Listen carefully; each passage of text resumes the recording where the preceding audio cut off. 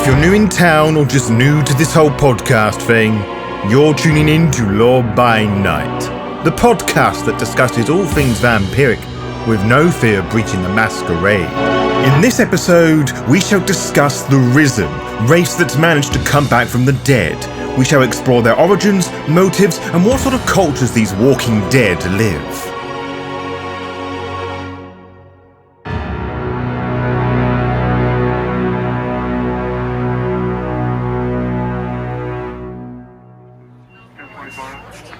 I'm sorry, I cannot let you come through here. This area is off limits as we are currently investigating— Officer, do let him come through. He is with us. Please, I do insist. Well, he doesn't look like one of your— You know what?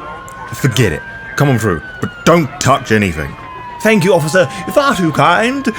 It's good to see you, Explorer. Pay no mind to him. I'm terribly sorry about this inconvenience. As you can see, there's been a bit of an incident. Well, there's been a murder. I know. How exciting. Oh, I probably shouldn't say that too loudly, but just look at the poor bastard. Flipping pancaked, the poor sod. That's not a technical term by any means, but there are very few ways to describe what has happened here, and I'm a forensic specialist. We at the Phoenix Institute know exactly what this is, and we can't let the officials get any whiff of our findings.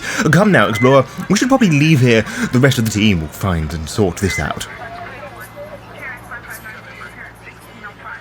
Right, we should be far away to have our conversation on our findings, Explorer, whilst close enough should I need to go back with ease. Explorer, we believe this flattened individual was crushed by a Christian Smith, Caucasian male, AB blood type. We do our research, so drop the concerned looks. Anyway, we believe that he has become a creature known as a Risen, which those in the know use to describe a wraith that has returned to its body and walk among the living in the Skinlands.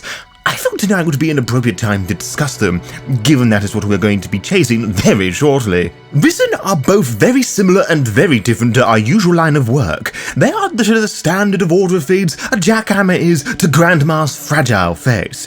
They are wraiths who have won the fight against the Shroud and returned to the Skinlands via the reanimation of their corpses to achieve some sort of aim. For want of a better term, Risen are almost zombies, but without the slow gait, decaying flesh, or the need to eat the brains. You will find that most Risen actually look rather human. The oldest Risen is considered to be Persephone, and is said that it is her that the secrets of inhabiting a body were discovered. How she actually did this is very much unknown to us. Those that died with heavy wounding, such as being painted with bullet holes, will have plenty of scars, as if they had survived and managed to heal the damage. They can walk and talk normally, unless they are missing parts to do so properly. They are also stronger, tougher, and faster, exceptionally so in fact. Risen are designed to reach a goal quickly, an intention far greater for any wraith to cling to the Shadowlands, which makes them superb killing machines. They are also some of the most short-lived, as the journey to become a Risen is particularly arduous, with risks to be had aplenty, meaning there are far more failures than there are successes. That said, we have encountered a fair few Risen that we know were decapitated who regained their bodies. They were the easiest to find, for they stuck out like a sore thumb. Regardless to how much of the body exists, there does have to be a body in place, so no cremated wraiths have any chance of coming back.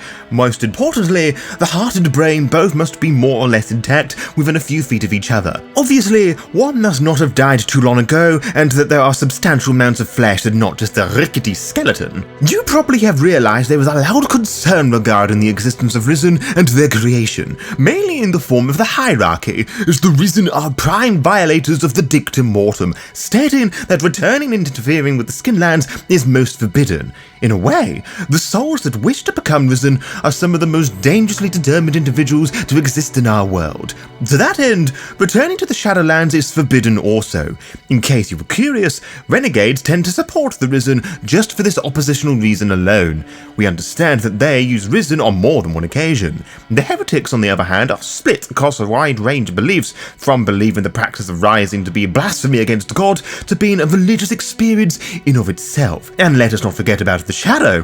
One cannot even become a Risen without its consent or permission, which I think is a slightly more appropriate word here. Angst, the emotion that feeds the Shadow, which is much stronger than before, is easier to gain in the Skinlands. The temptation to destroy everything free of risk and consequences is forever present. But we seem to be flicking all over the place here, and I do apologize for that. Let us rewind a little bit and go back to the beginning and explore these commandments properly. Rules that Risen cannot exist without abiding by. Not because of some council or order making it so, but for the simpler reason that they just do not have the mental and physical willpower to sustain their physical form otherwise. As mentioned a moment ago, Risen have a reason for returning to the Skinlands, an objective, you could say. Of course, all Wraiths have unfinished business, but the intent driving a Risen forward is more of an obsession that makes any risk of danger or destruction of yourself or others irrelevant.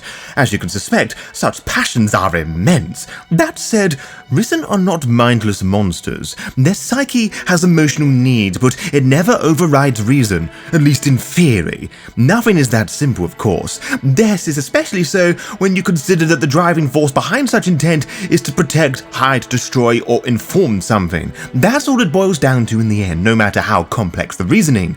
The Shadow will obviously do what they can to obfuscate the desire and lean towards more negative routes. For example, say you were killed by your partner's jealous ex. The emotions of, I love my partner, can easily become, nobody can have her.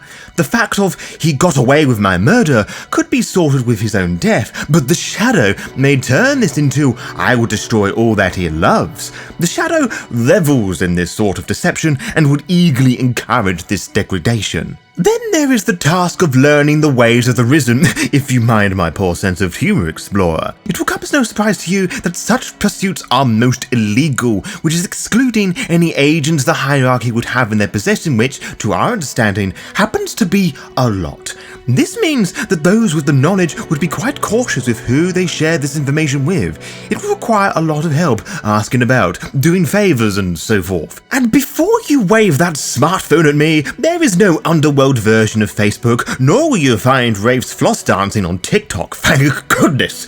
You have to find out this information old school, by going outside and talking to people. That does also mean that the classic game of Chinese whispers is much stronger in the Shadowlands, meaning that few individuals know 100% of everything all at once. It also means that those that know a lot have been around for a long time, if you catch my meaning. To that end, we are aware that the Puppeters Guild are associated most closely with the Risen. They will willingly train Wraiths in the puppetry Arconos and tell them the secrets of rising in special boot camps. Officially, this is the Guild's strange attempt at preventing the takeover of Oblivion. It is reasoned that Risen are more likely to resolve fetters, and while in the flesh they can improve the world of the living so less die with the weight of despair that makes them into a Wraith in the first place. This brings us to the fact that certain Arconi must be learned to traverse into the Skinlands and return to their body. In order to tear through the shroud and re-inhabit their corpse, a Wraith must have a well-versed group of puppetry, as well as the understanding of either lifeweb, inhabit, or embody, all of which we will talk in greater detail another night. The Wraith must also learn how it becomes a Risen, the dangers of existing, and so forth. The biggest danger of them is the Shadow and the pact one must form to become a Risen. The Wraith has to travel to the labyrinth and endure a process similar to a harrowing. The reason why I say similar is because this is voluntary. It is incredibly dangerous, so the Wraith's whole circle must attend, or, at the very least, some Wraiths who know how to get you there and back in one piece. Oh, I beg your pardon, a circle is a name given to a group of ghosts. Personally, I think a spook of ghosts was a wasted opportunity. Regardless of who journeys down there, an obscene amount of trust is required, as well as the reason why someone would accompany you. I obviously mean something more substantial than, I need help. The Shadow may only appear itself before the Wraith in question once they are in the labyrinth. Now, do make note of my wording, Explorer. I never said for certain the Shadow will appear. Whilst most are interested in the temptations surrounding the Wraith becoming a Risen, others don't want to deal with the aforementioned risks. Then there are the Spectres themselves, who have no interest in any of this going on. We once read one account where there was a Wraith circle who was obliterated by Nephrax whilst they were conversing with the Shadow. As tragic as you may think it is, they were, after all, intruders. It is highly possible that the Shadow summoned the Spectres to thwart the Wraith's plans. The Shadows that do want to become Risen are intelligent enough to refuse to get better offers that damage the psyche of the Wraith, such as the destruction of fetters, or even allowing the Shadow complete control when the Wraith returns to the Shadowlands. If anything, the chance of the Wraith and psyche failing is far too alluring. Once the terms are met, the pact is formed, and the Shadow cannot stop the Wraith from rising as a Risen, but Wraith, soon to be Risen, must act on their part of the agreement in a timely manner. Few Wraiths would want to wait, especially when you remember the labyrinth is where the pact was made. The re-entering of the body is a difficult affair. No, that is underselling it by a noticeable amount, as we have already discussed, but there is more. From our studies, we have observed that the body carries the residue of traumatic memory. The soul hooks itself back into the flesh, and their memories come back to them like an airstrike against an ant. The Wraith relives the final moment of a sudden, terrible clarity of the senses. As the residual memory fades, the body stitches itself back together. Tissue and tendons that are missing regrow, and bones reknit as they grind into solid pieces. But wait, there is even more! The heart, brain, eyes, and tongue refill the cavities. Skin tightens, muscles stretch, snap, and ringo. Embalming fluids, maggots, worms, and anything else that doesn't belong in the human body comes up in a stream of vomit. Oh, I'm sorry. I apologize for the graphic nature of my summary, but it is rather important for you to know every single little detail and imagine just how incredibly painful the process is. Fortunately for the Risen, it is over in a matter of minutes. However, the Risen now have a new problem: getting out. Most are buried underground in what I can only assume are comfy coffins, which I imagine must be a terrifying experience, especially when you consider the Risen possess all the innate Wraith abilities, the deafened life sense, the sensitive hearing, and so forth. The need to breathe and eat is not there, so it is a matter of brute strength and time, as the Risen probably screams out of habitual fear. As for the shadow, it enters a conduit, which is the name given to the object that the shadow is stored in, which is often the strongest of the Wraith's fetters. Shadows have been known to enter animals such as the house cat. The possession obliterates the psyche and tends to follow their Risen closely.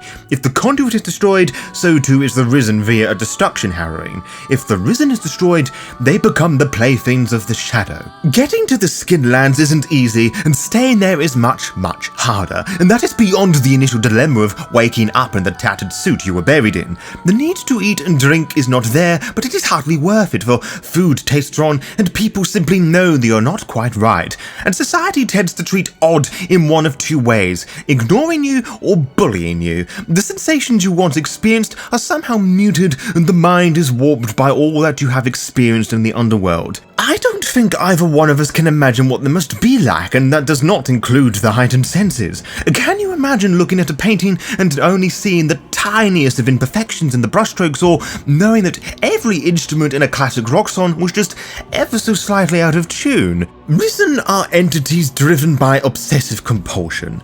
Anything and everything outside of their mission is a distraction, including the interaction and blending with mortals, but it is something that has to be done, leaving a door open for disaster, something that the Shadow would thrive off. With regards to our runaway Christian, it is highly unlikely he will achieve all that he sets out to do. He may achieve some partial victory that rings forever hollow, or perhaps that is taken away from him, which is most likely, as members of our team have already begun the hunt for him. My point is, Explorer, is that Risen very rarely get happy endings. To be kept updated, follow the Law by Night VTM Twitter and Instagram pages to find out when we upload each episode. You can also find out by subscribing to the YouTube channel and clicking on the little bell, as you'll be immediately notified when the latest episode is live. Until next time, farewell.